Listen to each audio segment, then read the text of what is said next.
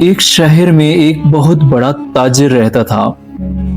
اس کے پاس مال و دولت کی کوئی کمی نہیں تھی، لیکن وہ اپنی سخاوت کے بجائے اپنی کنجوسی کے لیے مشہور تھا۔ اس کا ایک ہی بیٹا تھا۔ وہ دنیا کی ہر آسائش دے رہا تھا سوائے ایک چیز کے، اور وہ تھی وقت اور ہمدردی۔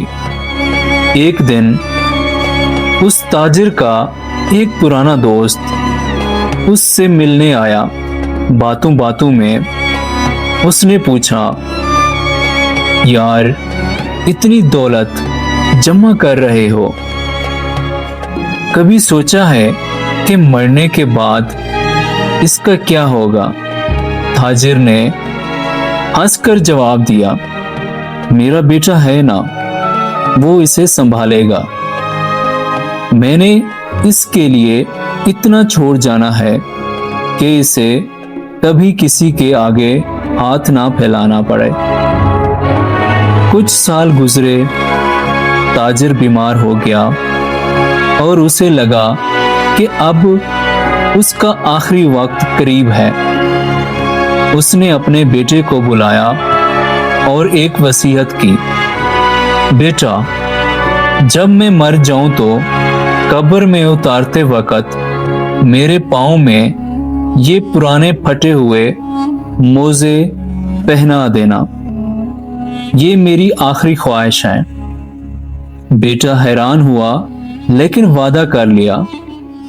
جب تاجر کا انتقال ہوا اور غسل کے بعد اسے قبر میں اتارنے کا وقت آیا تو بیٹے نے مولوی صاحب سے درخواست کی کہ میرے والد کو یہ موزے پہنا دیں۔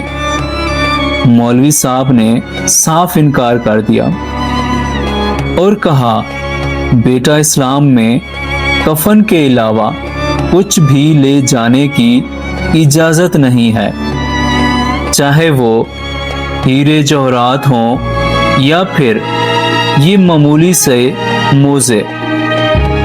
بیٹے نے بہت اصرار کیا، بڑے بڑے علماء کو بلایا، لیکن سب نے ایک ہی جواب دیا، قبر میں انسان بالکل خالی ہاتھ جاتا ہے۔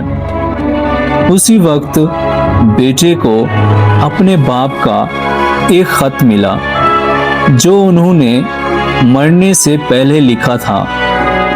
اس میں لکھا تھا، میرے پیارے بیٹے، دیکھ لیا تم نے، میں اس قدر امیر تھا کہ پوری دنیا خرید سکتا تھا، لیکن آج میں ایک پھٹا ہوا موزہ بھی اپنے ساتھ نہیں لے جا سکتا۔